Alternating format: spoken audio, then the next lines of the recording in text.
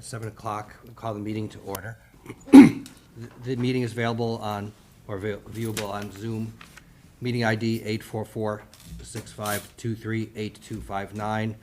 Zoom meeting password FinCom, all capitals FINCOM.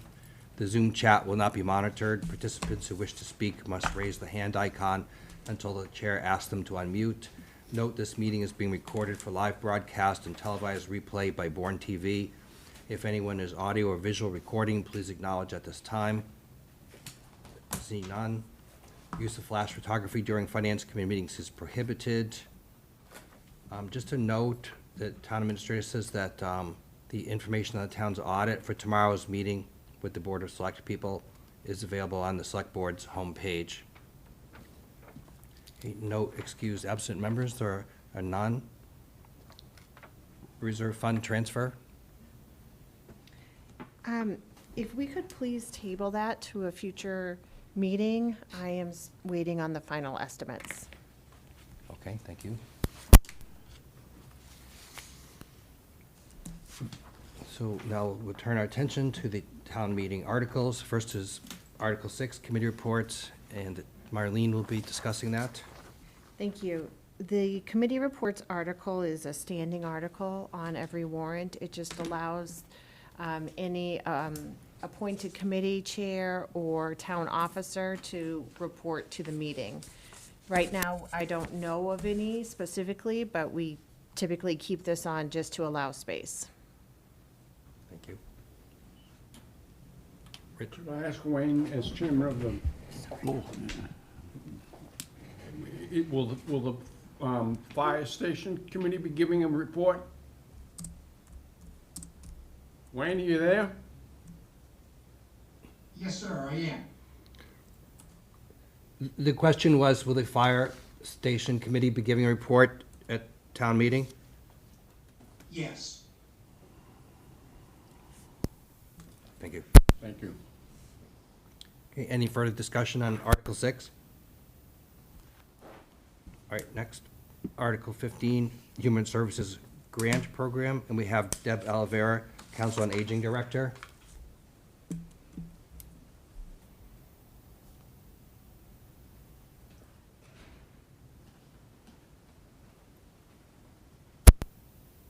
Hello. Hi. Hi, Debbie Oliveri. I am the co-chair of the Human Service Committee and the Council on Aging Director. Article 15 is to see if the town will vote to raise the appropriate or transfer the available funds in the sum of $20,000 for the Human Service Grant Program, or take any action hereto.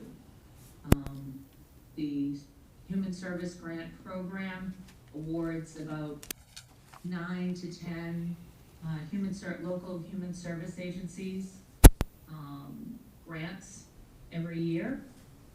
It's done by committee. And last year we had a request totaling $47,200, and we distributed the $20,000 to the 9 agencies. Thank you. Kelly? How much are we looking at here? Am I missing something that there are no dollar amounts attached to the article? The sums will be in the motions. So the article is for the purpose, and the motion will include the dollar amount, but it will be $20,000 from free cash, and it'll be in the motion. Question? Will the article also include which agencies are getting the money? That became an issue. I have submitted the agencies that received FY24. The FY25 we will vote on after the funds are appropriated in the summertime. So at town meeting, people won't know who we're giving the money to? Is that what Well, they have to apply. And no one's. So we have to make sure we have the funds first, and then we advertise, and the agencies send in a request, And the committee goes over those in the summertime, and then we distribute the funds 4 times throughout the year, every quarter. I could read you a list of who we have, the agencies that typically apply for this grant, if that would help. Yes, I think it would, thank you. Sure, so Alzheimer Family Support, Big Brother Big Sister, the Bourne Food Pantry, Cape Cod Children's Place, Consumer Assistance, Elder Services of Cape Cod and the Islands, the Housing Assistance Corps, Independence House, Site Loss Services, and South Coastal Legal Services. Legal aid. Thank you. You're welcome. This is probably gonna be a really dumb question, but if this is something that we do yearly, wouldn't it be part of the human services budget? The Human Services does not have a budget. Does not have a budget. I thought we went through a budget for them. There's a human services category, but it's not a department. Council on Aging is a department, but the human services is a committee, which is why they are funded through an article. Okay, all right, thank you. I just had a quick question, maybe I missed it. What's the criteria for applying for these funds? I mean, I know you're requesting it from us, but the groups that would request it from you, once the funds are approved, what's the criteria there? They're all nonprofit human service agencies. Thank you. Any more questions or discussion about Article 15? And they have, and they have to service, Bourne residents. Thank you. I think we're asking voters to vote money, and they don't really know why they're voting it. And I know this issue's come up in the past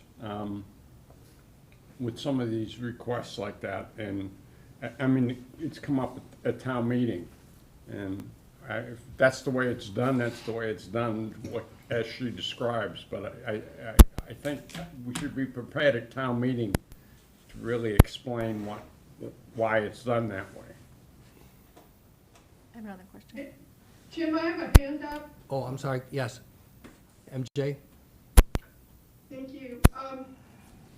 So the history on this is, for a long time, there was a budget item for the Human Services Committee, and the decisions about what money was going to which agency would be included in the budget, so that town meeting would know what agencies were getting the money.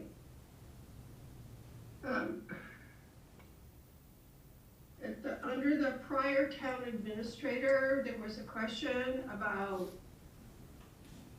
the money going to the food pantry and some other agencies during COVID, and then the process was changed so that it became a separate article where, after town meeting appropriated the funds,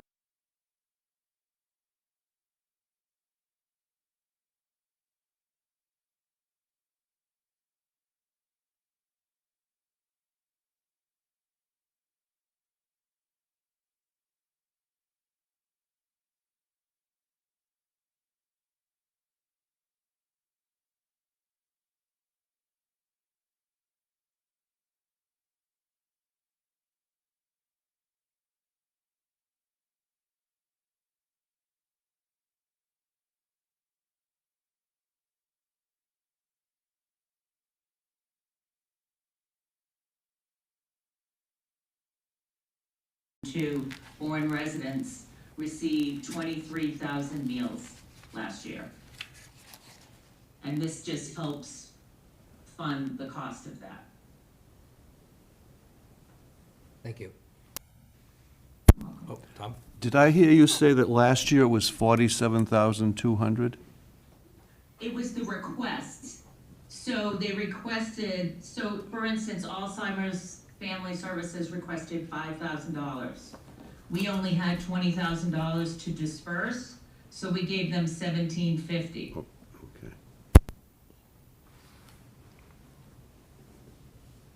Thank you. Okay.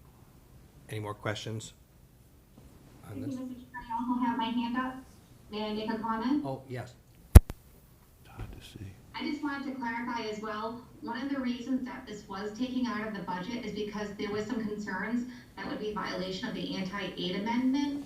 So we had consulted with our auditors and the Division of Local Services, the DOR, and they recommended that it not be included in the budget anymore. And we did look at what other towns were doing and kind of, followed their guidelines. And that's the way they were doing it. It was a grant program. Jim? Yes. Can somebody be prepared at town meeting to explain that? That's an important point about the auditors, and I think that would help to pacify some concern about what why we're just appropriating $20,000 without really knowing where it's going. Erica, I will be at town meeting, Erica will be at town meeting. Erica and Deb will both be there to enable to Thank speak. you. MJ?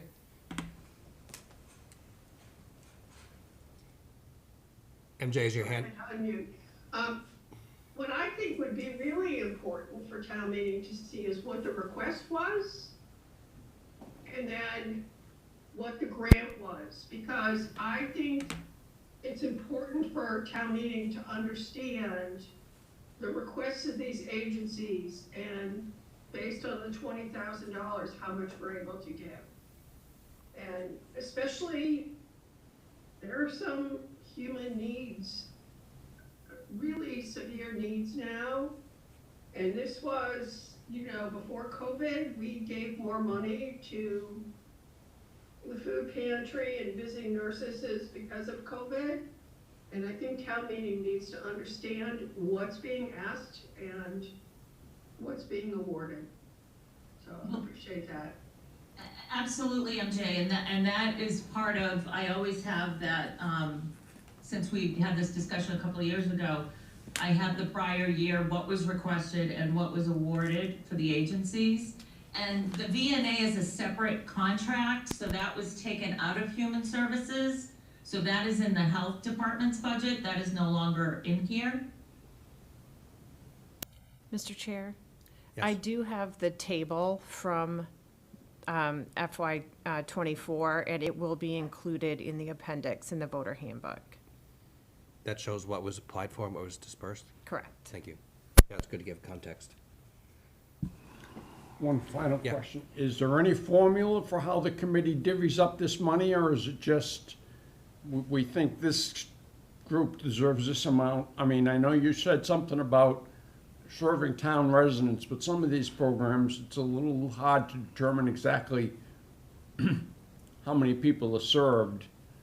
Well, that's included in their application. Okay. And the committee, I just want people to understand, the committee has, it's a working committee that has employees on it. So we have a school representative, we have a police representative, we have a council on aging representative, we have a housing authority representative, and we have a youth representative. And then there are members at large. So, we go through the process and we look at who was served and how they are being served and what we gave them the year before. And, there is definitely a process, and we do have a guideline that we go through with each. We sit down and we look at each agency. Thank you. I'd suggest you add that context for town meeting so that folks understand that there's specific criteria, maybe also how you set your priorities and/or allocations. I think that would help, Sure. that context perhaps would help the town meeting. Sure. Any more discussion here? Thank you. So next is Article 16, reduce membership on Cultural Council. And Nicole Fox, Chair of the Cultural Council, is here.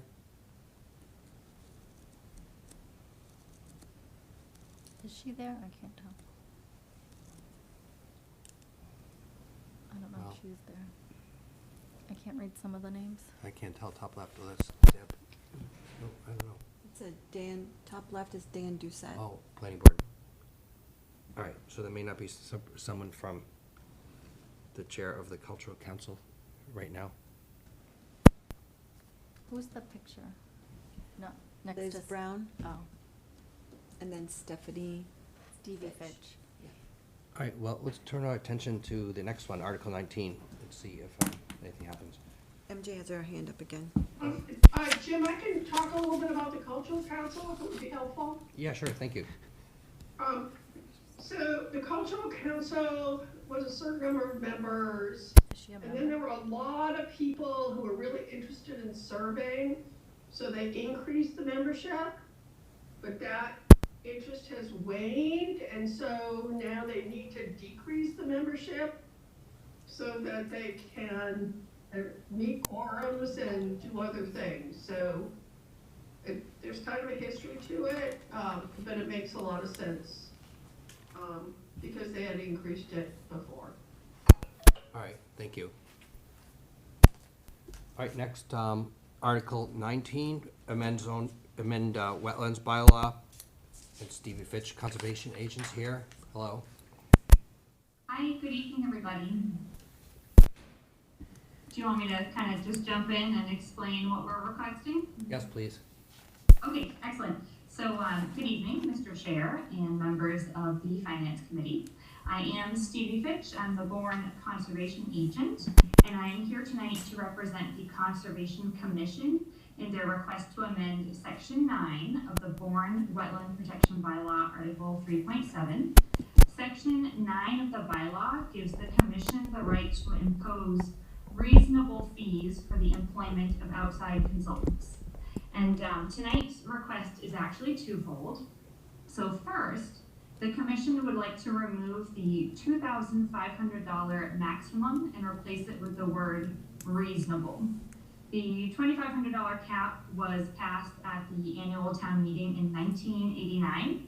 So the cost of a review has gone up significantly in the last 35 years. And it is nearly impossible to hire an expert to review a project and present their findings and possibly give a follow-up review for under $2,500. The second request is to remove the third paragraph that defines what type of application can be reviewed. The intent of the bylaw is to allow the Commission the option to hire an expert to review either an NOI or an RDA. And the type or size of the alteration really shouldn't be considered. So the use of outside consultants, it occurs very rarely, but when it is required, the Commission wants to hire the right person for the review. The Commission believes these amendments as proposed will provide them the flexibility to find an expert in the field and receive quality reviews that will basically, enable them to administer the Wetlands Protection Act and the town bylaw in the most thorough and correct way possible. So I'd be happy to answer any questions you might have. Thank you. Rich? Yeah, did I understand you to say that you'd be asking on the consultant's fees and that no maximum amount, just whatever? Yeah, just the word So again, reasonable. we're asking voters to approve an expense that they don't know what the expense is. Correct, yeah, I did some research with other conservation commissions in Barnstable County, and a lot of them use the word reasonable. Having, a cap really, just like I said, denies the flexibility, and oftentimes what happens is an engineer, let's say an engineer, will do a review, write up a summary, present, and then the applicant will come back with a second plan, and perhaps the engineer will have to do a second review. So we need some flexibility with the cost. Plus engineers are just so expensive at this point, $2,500 just won't cut it. But these fees can be recovered from the applicant, right?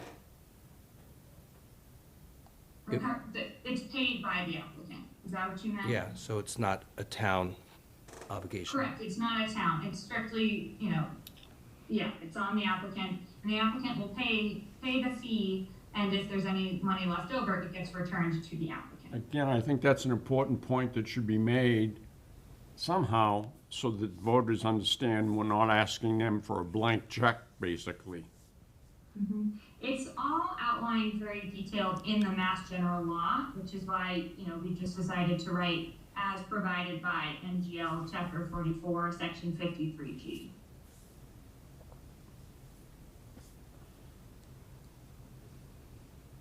All right, thank you.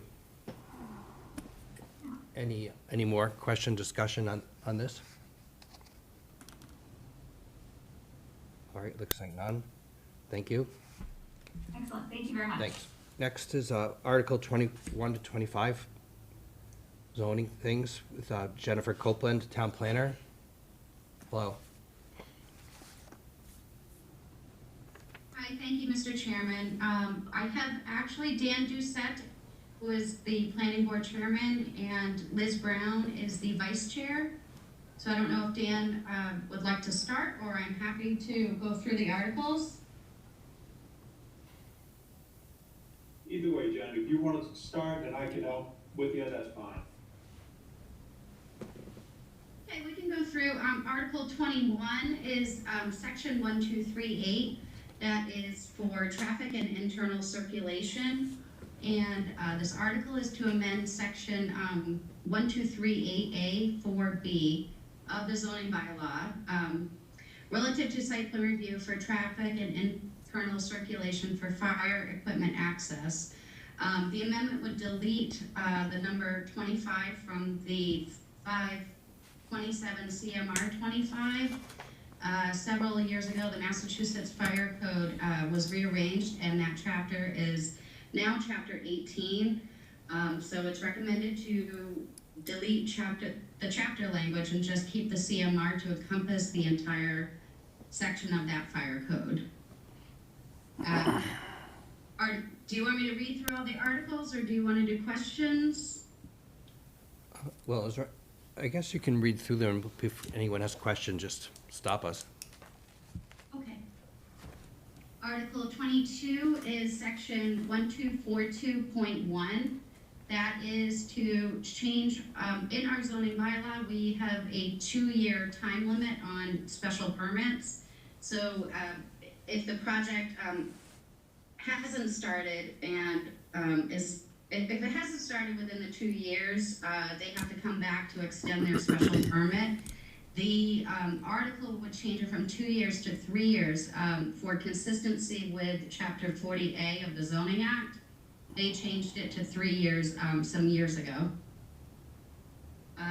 Article 23 is in our use table of our downtown, in the downtown district.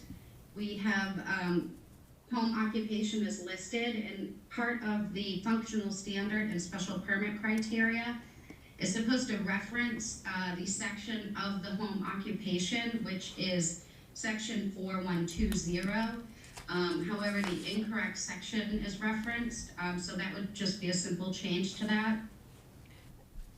Jennifer, Article 23 is the sunset date. Oh, okay. Okay, yeah, the next one is section 3343, that's the interim egress control in the traffic management district. So it would remove the expired sunset date from the interim egress control section. The purpose of this section is to aid in reducing the impacts of new access points on Scenic Highway and Sandwich Road until the opening of a limited access highway, which would connect MacArthur Boulevard to Route 6 or Route 25. Both Scenic Highway and Sandwich Road are impacted significantly by traffic, and new access points should be limited on both sides of the canal. It was originally adopted in 1996 with an original expiration date of 2006, and then in 2006 it was extended to 2020. So the planning board is just suggesting to take out that date, so it doesn't have any expiration. And lastly, section 4110 is for accessory dwelling units. And one of the zoning strategies identified in our town's local comprehensive plan and our housing production plan is to revise the current accessory dwelling bylaw and encourage the creation of in-laws and year-round accessory dwellings that can provide significant affordable year-round housing opportunities for residents. An ADU can be separate or an accessory to the primary structure. Let's see. The planning board had a couple of informal meetings where they discussed some changes, and then recently last month they held a joint meeting between the Zoning Board of Appeals, Bourne Housing Partnership, and the Bourne Housing Trust, and they came up with some really good amendments to our current bylaw.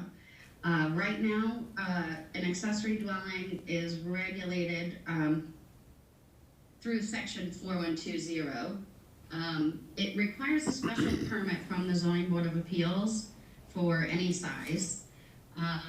One accessory dwelling is allowed per property, and it has to serve a significant community purpose, such as facilitating care for the elderly or handicapped, or providing housing at an unusually low cost. It must be attached to the primary dwelling, and if it's not attached, it requires a variance from the Zoning Board of Appeals. And under it, we have a section of our bylaw, 2450, which requires a gross floor area lot coverage worksheet to be completed. And if it's more than 30% of the gross floor area, then a variance from the ZBA is required. And after all these meetings and outreach sessions, the board approved proposed zoning amendments to permit it by right as an accessory use to a lawful single-family dwelling. It would only require a building permit with site plans, floor plans, elevations, and floor area calculations. It could be detached or attached to the principal structure and subordinate to the single-family dwelling, which means it can be no greater than 50% of the size of the house currently. And it would be limited to 1,500 square feet and contain a maximum of 2 bedrooms.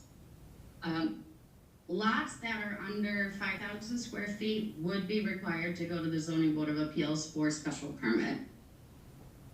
It also needs to have adequate septic and sewer capacity, and it would require 1 parking space per a bedroom, in addition to that required for the principal dwelling.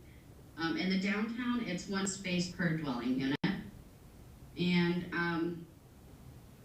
the ADU, accessory dwelling unit, and the principal dwelling may be rented for periods no shorter than 90 days at a time. And they are prohibited from being used as a rental unit on a weekly or a daily basis. I have a question. Thank you. Yeah. So what is the permitted by right? What exactly does that mean? So permitted by right means that it would not be required to go to the Zoning Board of Appeals for a special permit. It would, a person who wants to have an accessory dwelling, they would file for a building permit and without the special permit. Okay, thank you. So is there a mechanism to, or will there be, to get existing ones that may be non-conforming to, if they meet these criteria, to get them permitted? Yes, there is a reference to that. It is, let me just, one moment while I find it.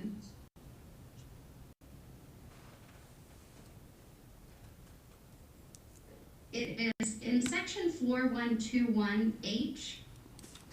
So accessory dwellings Accessory dwelling units lawfully created prior to the adoption of this section may continue to be used, maintained, and occupied. Hey, Jim. Yeah. Sullivan. The other thing is, by doing it by permit, and not by special permit, but by right, is to try to get those unauthorized accessory dwelling units to then try to get them to file for the building permit and make it conform. Thank you.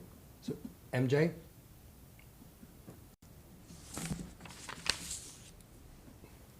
Yeah, I have a question, Jennifer, on 4121D.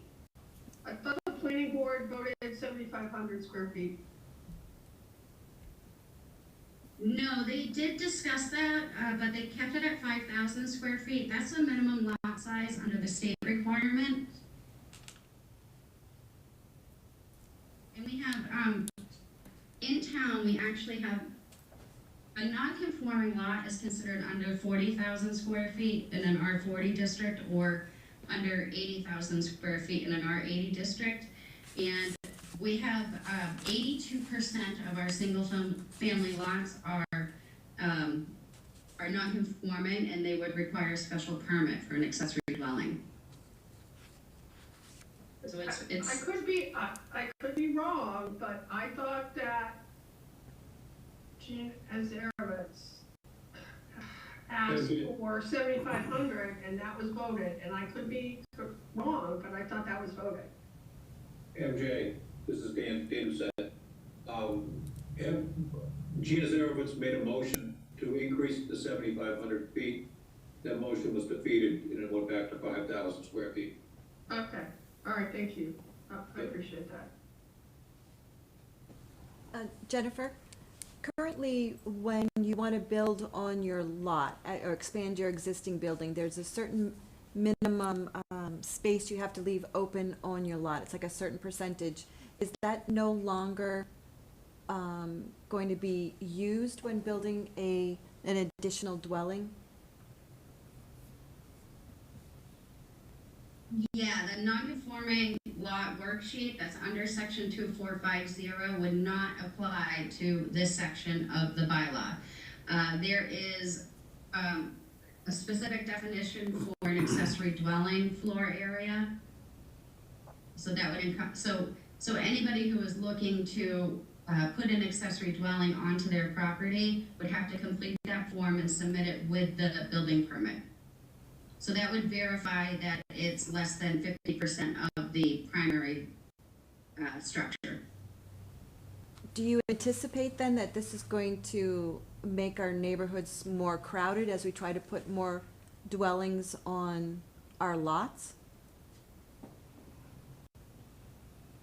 I think a lot of the discussion that was with the other committees and boards, I think it was mostly that a majority of the people would probably convert an existing garage or an existing, accessory that they have on their property. They wouldn't necessarily, create a brand new accessory dwelling. The purpose of this is because 28% of our workforce actually works on Cape and they commute off Cape. So people are really having a hard time finding rentals on the Cape. It's definitely a problem all around, and I think making the accessory dwellings by right would ease up the restriction. Out of the 15 Cape towns, Bourne is one of the last ones to allow it by right. So 13 towns allow it by right currently. So as long as you still have enough free space on your property, you could build an additional dwelling, but if you fall under the amount of free space, you'd have to do a special permit. Yeah, the lot area is 20% under our dimensional standards for section 2500. So it'd have to meet that as well. Okay. MJ? Thank you. I just want to say that the purpose of this bylaw is to address a critical need for affordable housing for the workforce. And by adopting this bylaw, we're able to provide small, has to be like 1 or 2 bedroom units on an existing lot, our minimum lot size, I mean, you know, it allows us to provide desperately needed housing in an incremental way without creating huge 300 unit, you know, things on lots that are under, you know, that are not what we're looking for in Bourne. I mean, this is a really creative way of providing affordable housing in our community, and I think it's a really great bylaw, and I totally support it. How can you say that it's affordable though? Sorry, Jim. How can you say that it's affordable? Because it would be open to the free market? Unless I missed it, I didn't see anything in here with a max in terms of what they could rent it out for, if that's what they intended to do. Unless that's something I overlooked. An affordable deed restriction is not required with these affordable units. I think the intent is to make accessory dwellings, you know, they at a reasonable price. And currently, a 2-bedroom apartment is going for $2,500 a month. A 1-bedroom is around $1,500 a month. So the goal is to make these affordable for people who can, for our workforce, for people who want to stay in Bourne. So I understand. It would give them another. Right. So I understand you're trying to do this, which would potentially allow an increase in inventory of available units, but I just want to caution, we can't guarantee that it will be affordable. It sounds like it's still open to the free market, and they still technically could charge whatever the going rate is. That may not necessarily be a quote-unquote affordable price. I just don't want to mislead town meeting with those statements. Yes. Mr. Doucette? Yeah, Mr. Sullivan, the other reason that this was driven is because of the short-term rentals, whether it's VBRO or Airbnb, those houses are being purchased in renting out daily, weekly, or even sometimes even a month. And that takes away the year-round housing for, you know, whether it's families or workforce, but it just takes away that housing stock. So what we're trying to do is make a creative way to get a housing stock, which is not subsidized by the town, the state, and that it can be built by, you know, by the people in the town, and then also increase the tax revenue by increasing the value of the house, and that would just be done by the homeowner at no cost to the town. Thank you. So, Mr. Chairman? Rich. So following up on Amanda's point, you're calling it affordable, but it isn't. I mean, it's market housing. I think when you confuse, or when you include that term, you diminish what that means and create a problem. I think in the explanation, you should be clear that it's not restricted in any way. There's no deed restrictions, so the owner could rent this for whatever they choose. The owner, rather, I'm sorry. Correct. No, we understand that. We'll take that out. Does the owner have to remain in the primary house? Or No, the owner is gonna be in one of the houses, either the house or the accessory dwelling unit. And if they could be there one day, a year, 10 years, or live in there every day, it doesn't matter, but one of them has to be under home ownership or occupied. And this is Liz Brown, I'm sorry, I can't find my hand, but, I can't put my hand up. Anyway, it's also for people who are downsizing. You know, there are times when someone wants to move, they don't need their, 4-bedroom house any longer to sell, they don't want to sell it, but maybe they can put a smaller dwelling on their own property and rent out the larger. And that's the circumstance that's occurring more and more now as people are aging. That's all. Thank you. So how would the town enforce the rental restrictions?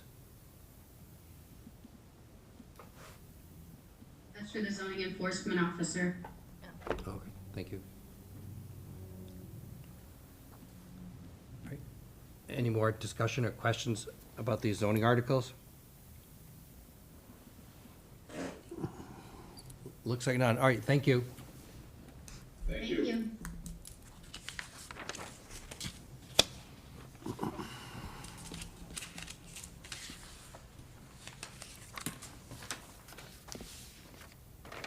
Okay, next is to discuss the draft financial policies, which are going to be reviewed by the select board, right?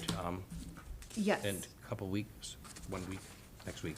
Can I speak? Yeah, go ahead. I had asked that this be put on the agenda. The document that we were provided, the draft, is an amazing document. The problem with it is it's 50 pages long. The existing one that we have is less than 10 pages, and it lays out clearly the important categories that a program manager or department manager would need. My suggestion would be that something like this, the existing document, be updated and be provided as an appendix, so that, because I know from managing people for 40 years, a 50-page document isn't going to get looked at too much, but if they've got a 9-page document that summarizes exactly what's required of them, they're much more likely to refer to that. And then if they have questions about why they're doing it, to go to the Bible, if you will. It's just a suggestion. I don't know if anybody has any thoughts about that, or whether the administrator or Erica has any. Well, this is for you to send your comments to the select board. So Eric and I have been on the subcommittee that did this. She and I both voted in favor of this. The select board has received it. Now the select board's asking for your comments. So it's up to you to decide what you want to communicate back for their first reading. So, any more? Should this be done in the form of a motion, do you suppose? I'm not communicating for the committee, so this is the committee to decide how you want to communicate to the I select would board. put forward a motion that the. Sorry, can I interrupt you? Do we want to see if you have any more comments or feedback before we make a motion? Oh, I'm to- sorry, I didn't see anybody else. Oh, I don't know if there is, I just figured Well- do it all at once. Tom, you are a member of I'm this. pretty sure I was on the committee, Yeah. I think. There was a lot of time spent and a lot of time devoted by a consultant that the town hired to come up with all of this. Pretty clear. Pardon me? I said, that's pretty clear. Well, I was pretty much impressed, very impressed by the process that both the committee and the consultant went through to arrive at this. I learned a lot. I couldn't tell you what I learned right now, but it was a very well put together effort. So to think that it's not necessary, I don't agree with that. If I could just interrupt, Yep. I'm not saying it's not necessary, I just think in addition to it, an appendix would be something that a manager would refer to on a day-to-day basis, maybe, where they're not gonna go through 50 or 60 pages to try to find what they're looking for.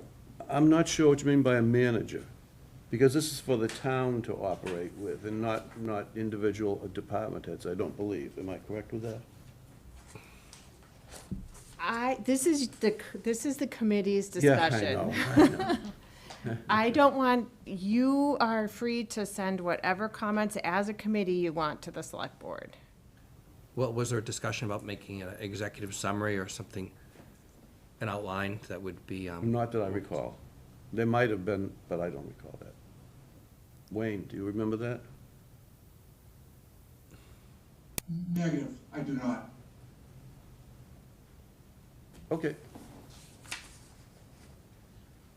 so, it doesn't hurt to ask, would you like to make a motion that the finance committee recommends? I would like to put forward a motion that, in addition to the 50-page document, there be an appendix that summarizes the key ratios. My understanding was that department heads when they submit requests for work.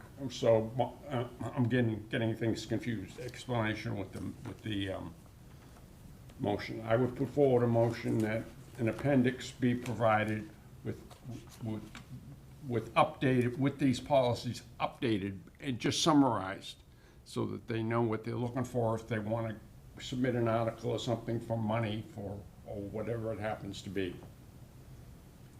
So to simplify those words, like a motion that, That an appendix be created in addition to the full document. kind of a summary, okay. Is there a second? Second. Thank you. All right. Motion made by Rich, second by Kathy. Any further discussion? I will say, being a new member on here, I did like, I mean, I read the eight-page one and got a good sounding of the finance committee, or the financial portion of our town. But the 50-page document, as you can imagine, goes into a lot more detail. It has a lot more definitions that to more easily understand the purpose of what we're trying to do at the town level. So I did like the 50-page. I was surprised too, going from an 8 to a 50. So I think both of them have positives and negatives. I just found that if I was in a committee that I wanted to bring forward an article, that it would be hard to use this 8-page document to be, to have a complete understanding of what I was trying to do, bringing forward an article or a budget. Thank you. All right, ready to vote on this motion that we recommend to the select board that they ask that in a summary, executive summary, or something similar be done for reference. So maybe we could, if we could continue the discussion. So I understand what Rich is saying. I don't necessarily know that that's needed. I think you really should, you can find the place. You can, you know, if you're viewing it online, you can do a control find and look for the section. I mean, I understand what you're saying, but I think there's easier ways than going back and creating something additional, like a Reader's Digest version of it. Sometimes they may actually need that additional detail in there to get a full understanding before they move forward. Thank you. Any more discussion? All right, so, all right, let's do a vote. Roll call. Wayne? No. Thank you. Priscilla? Can you come back to me, please? Yes. Okay, Carla? No. Kathy? Yes. Amanda? No. Rich? Yes. Tom? No. I'll vote yes. It's just a request. Priscilla, do you have a yes, no yet? I would say yes to something like an executive summary / abstract, similar to a scientific paper. Thank you. So the yes is 4 yes, 5 no. Right, do I get that right?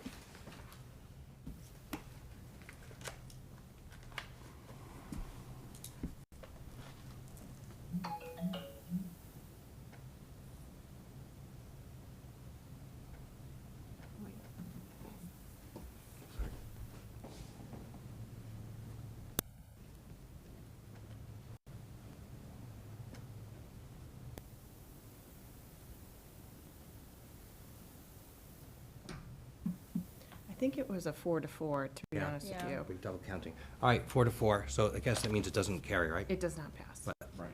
still, So there's a we should discussion out Probably there. have a vote on the 50-page policy document so that the select board knows what our feeling is about that. Is that what we're looking for? So I think the select board's looking for feedback, and we're welcome to give it as a committee and/or individuals. It sounds like they're reviewing it tomorrow night. We're invited to that joint meeting. It's a week from tomorrow. Oh, sorry, a week from tomorrow. I'm ahead of myself. Yeah, so I guess it's still ongoing discussion rather than a yes/no vote at this time. Should we send our individual feedback to you, Jim, then, and you would send it to the select board? Is that how we should Yeah, do it? sure. Or I'll be- should we copy No. everybody? No, Fine. no. So if the finance committee is going to send comments, you should do it after discussion and vote. If you want to send individual comments, then you should send them straight to the select board. Okay. But not as a finance committee comment. As an individual? As an individual. Okay. Thank you. Okay, next is the minutes of February 4th. Did you send those out? Yeah, we just had a discussion about that. So, Carla, you said the minutes did come, right? Yep, they did. I thought They were at they were the, in town. I couldn't find mine. they were at the end of this packet of information that we got. That would have the whole draft for the Yes. warrant. Yep. Okay. All right, any discussion on the minutes of February 4th? February 5th. Before we do that, Yeah. oh, maybe it's a discussion. I'm looking at it, I think, but what I'm seeing says it was Monday, February 5th. Oh, I'm sorry. Yes, yep, Okay. Monday, February 5th, yep. This is March 5th on the amended agenda. The one I pulled from the town's website has 3/5 and 3/12. It was corrected on our agenda, though. 2/4 and 2/12 is what it says there. Should have been 2/5. So I might not have the most recent one here.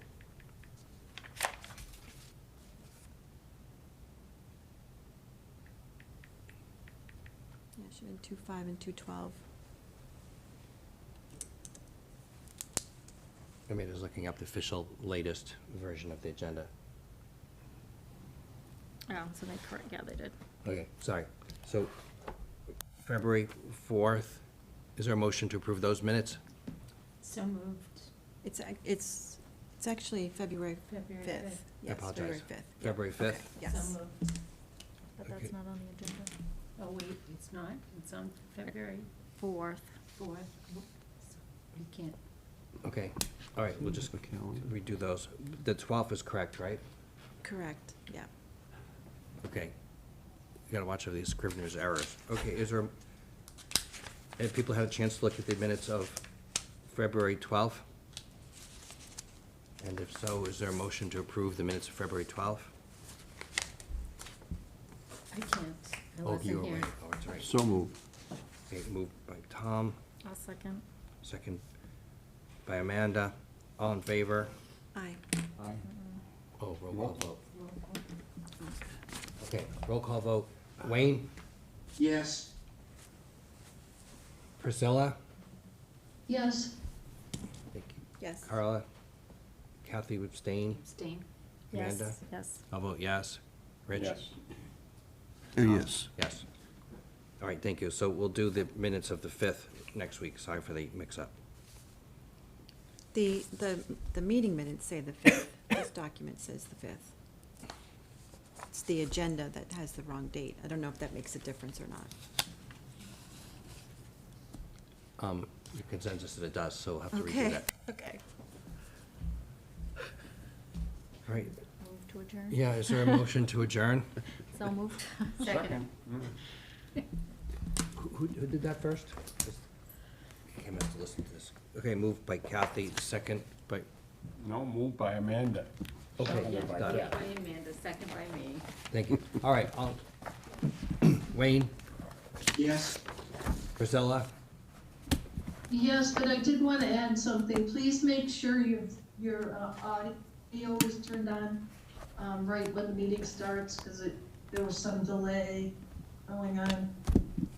I didn't hear the whole first part of like 5 minutes of the meeting. oh, sorry, But yes, I agree to adjournment. thank you. Carla, Yes. Kathy, Yes. Amanda, Yes. Rich, Yes. Tom, Yes. and the chair votes yes. Thank you.